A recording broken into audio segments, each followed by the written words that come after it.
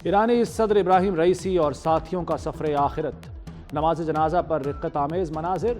نماز جنازہ supreme leader آیت اللہ خامنائی نے پڑھائی۔ اعلیٰ سطح کے 40 سے زائد غیر ملکی وفود کی شرکت۔ حماس سربراہ اسماعیل ہنیہ بھی شریک ہوئے۔ تہران کی سڑکوں پر لاکھوں افراد امڈ آئے۔ ابراہیم رئیسی کو کل مشہد میں سپرد خاک کیا جائے گا۔ تدفین روضہ امام علی رضا علیہ السلام کے احاطے میں ہوگی۔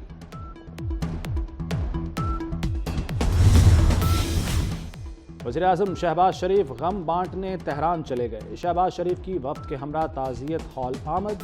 وزیراعظم اور پاکستانی وفد کا ابراہیم رئیسی کو خراج عقیدت۔ مرحوم صدر اور رفقا کے درجات کی بلندی کے لیے دعا کی۔ ایرانی سپریم لیڈر آیت اللہ خامنائی سے بھی ملاقات۔ ایرانی صدر اور ساتھیوں کی وفات پر تعزیت کا اظہار۔ نائب وزیر اعظم اسحاق ڈار، وزیر داخلہ محسن نقوی، وزیر اطلاعات عطا اللہ تارڑ، وزیر تجارت جام کمال اور معاون خصوصی طارق فاطمی ہمراہ ہیں۔ ایرانی صدر کے ہیلی کاپٹر حادثے کی تفصیلات سامنے آ گئیں۔ 3 ہیلی کاپٹروں میں سے ایک میں موجود ایرانی اہلکار کا انکشاف۔ غلام حسین اسماعیلی نے بتایا کہ پرواز کے 45 منٹ بعد صدارتی پائلٹ نے بادل سے بچنے کے لیے پرواز اونچی کرنے کا کہا۔ 30 سیکنڈ بعد ابراہیم رئیسی کا ہیلی کاپٹر اچانک غائب ہو گیا۔ صدر کے پائلٹ، وزیر خارجہ، صدر کے محافظ کو فون کیا مگر جواب نہ ملا۔ آل ہاشم نے کال اٹھائی اور بتایا کہ ہیلی کاپٹر کو حادثہ پیش آ گیا۔ آل ہاشم کی موت ہیلی کاپٹر حادثے کے کئی گھنٹے بعد ہوئی۔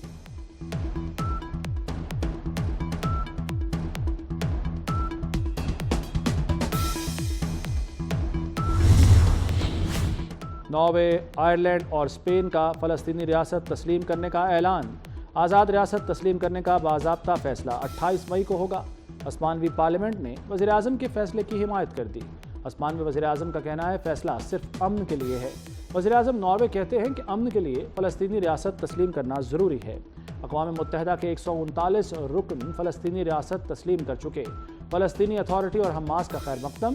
اسرائیل آگ بگولا ہو گیا۔ آئرلینڈ اور ناروے سے اپنے سفیروں کو مشاورت کے لیے بلا لیا۔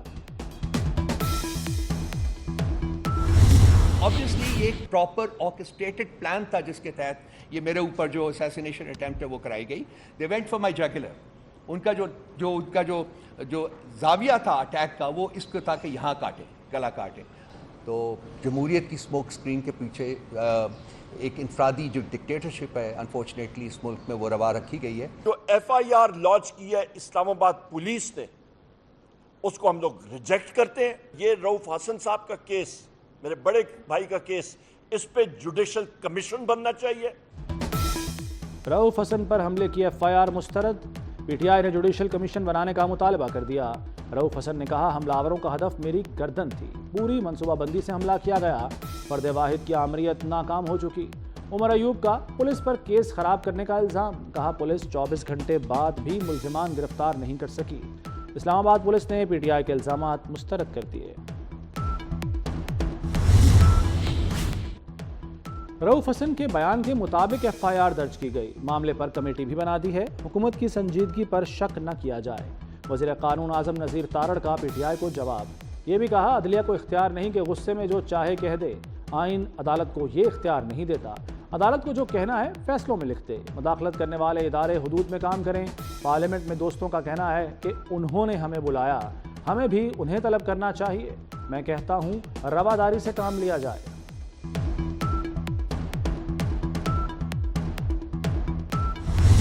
یہاں جو توہین کا کھیل کھیلا جا رہا ہے، ایسا لگتا ہے کہ لوگوں کے ہزاروں لاکھوں ووٹ سے منتخب ہونے والے ایک رکن صوبائی اسمبلی اور ان میں سے درجنوں رکن صوبائی اسمبلی کے ووٹوں سے منتخب ہونے والا ایک سینیٹر، اس کے علاوہ باقی سب کی عزت ہے پاکستان۔ یہ جو ٹیلی ویژن کی سکرینز پہ ریمارکس کا کھیل صبح سے شام تک چلتا ہے، جہاں ہماری عزتیں انفرادی نہیں مشترکہ عزت کہ ایک چیف جسٹس نے اور ایک 3 رکنی بینچ نے جنرل مشرف کو بھی دے دیا تھا کہ آپ آئین کو جیسا چاہیں ری رائٹ کر دیں۔ پھر ہم نے دیکھا سابق چیف جسٹس کے دور میں کہ انہوں نے خود ہی آئین کو ری رائٹ کر دیا۔ حکومتی سینیٹرز کا توہین عدالت معاملے پر جارحانہ انداز۔ فیصل سبزواری بولے توہین کا کھیل بند کیا جائے۔ ٹی وی پر سارا دن ریمارکس کا کھیل جاری رہتا ہے۔ جج نے فیصل واوڈا کو پراکسی کہا ہے۔ فیصل واوڈا اور مصطفیٰ کمال کراچی کے ہیں، یہ نہیں ہونا چاہیے کہ انہیں توہین عدالت کا نوٹس کر دو۔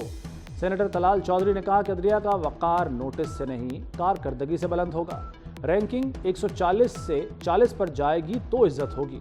شہری رحمان بولی، فیصل واوڈا کا معاملہ سینٹ سیکریٹریٹ کے سپرد کر دیا، وہ چیئرمین سینٹ کو رپورٹ پیش کریں گے۔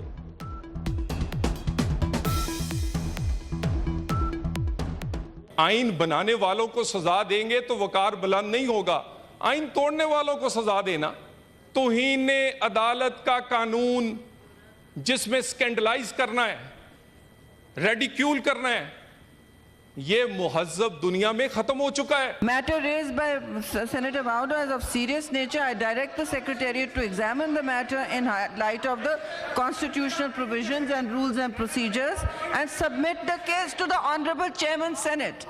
Absolutely, absolutely. That is the way to conclude it. Tax نہ دینے والے شکنجے میں آنے لگے، نان فائلرز کی 9000 سمیں بند کر دی گئیں۔ ایف بی آر نے ٹیلی کام کمپنیوں کو 30,000 نان فائلرز کا ڈیٹا بھیجا۔ روزانہ کی بنیاد پر ٹیکس نہ دینے والوں کا ڈیٹا ٹیلی کام کمپنیوں کو بھیجا جائے گا۔ ایف بی آر نے 5 لاکھ سے زائد نان فائلرز کی نشاندہی کی ہے۔ رواں سال کا پہلا سمندری طوفان، ماہرین کا کہنا ہے کہ خلیج بنگال کے جنوب مغربی پر ہوا کا کم دباؤ بن گیا ہے۔ اگلے 36 گھنٹوں میں یہ سسٹم ہوا کے شدید کم دباؤ میں تبدیل ہوگا۔ ڈپریشن کی صورت میں یہ شدت اختیار کر سکتا ہے۔ 24 مئی کی شام سے رات تک یہ سمندری طوفان بن سکتا ہے۔ ڈاکٹر یاسمین راشد کی جیل میں طبیعت خراب، پی ٹی آئی رہنما کوٹ لکھپت جیل میں بے ہوش ہو گئیں۔ یاسمین راشد علاج کے لیے جیل سے سروسز اسپتال منتقل، گیسٹرو اور ڈائریا کا شکار ہوئیں۔ یاسمین راشد سانحہ 9 مئی کے واقعات میں گرفتار ہیں۔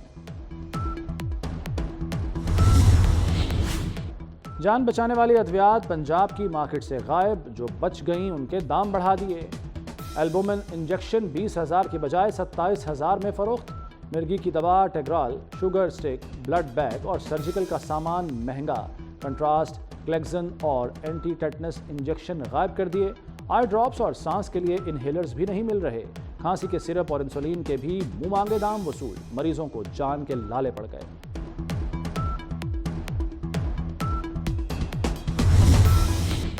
وزیر اعلیٰ مریم نواز نے جیل ریفارمز کا جامع پلان طلب کر لیا۔ فیصل آباد اور پنڈی میں ویمن جیلوں کے قیام کی منظوری۔ مریم نواز کی نئی جیلیں شہر سے باہر قائم کرنے کی ہدایت۔ بخشی خانوں اور لاک اپ کی ری ویمپنگ کا حکم۔ جیلوں سے جرائم پیشہ افراد کے بیرونی رابطوں پر اظہار تشویش۔ مریم نواز کا ہولی فیملی اسپتال راولپنڈی کا دورہ، مختلف وارڈز میں گئیں، زیر علاج بچوں کی عیادت کی۔ 30 جون تک نیو بلاک کی تعمیر مکمل کرنے کی ہدایت۔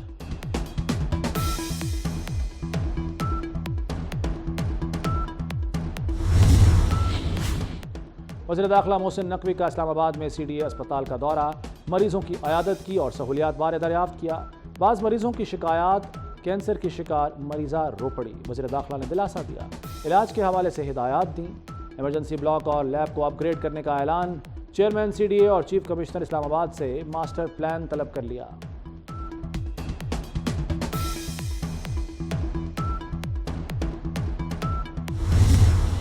وہاں کے صدر کی اجازت کے بغیر یہ وزراء آبویسلی ڈیسیژن خود نہیں لے سکتے، تو انہوں نے کہا جی کہ زیرو ٹالرنس ہے، اور ہم آئیڈینٹیفائی کر کے ہماری انٹیلیجنس ایجنسیز کافی انہوں نے لوگوں کو یعنی اریسٹ کیا ہے۔ اگر آئندہ ایسا واقعہ ہو جو مجھے انہوں نے کوٹ کیا ہوا، تو میں کسی کو نہیں چھوڑوں گا، اور وہ پھر قرار واقعی میں سزا ان کو دوں گا۔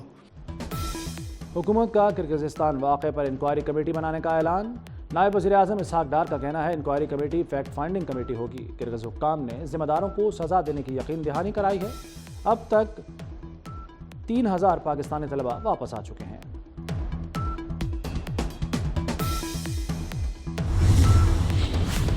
وفاقی بجٹ کی تیاری پر پاکستان اور آئی ایم ایف کے درمیان مذاکرات جاری۔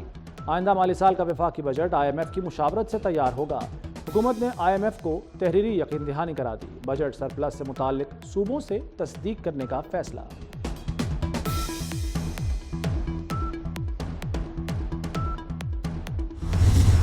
تپتی دھوپ اور قہر کی گرمی، سندھ اور پنجاب کے اضلاع میں ہیٹ ویو سے شہری بے حال ہو گئے۔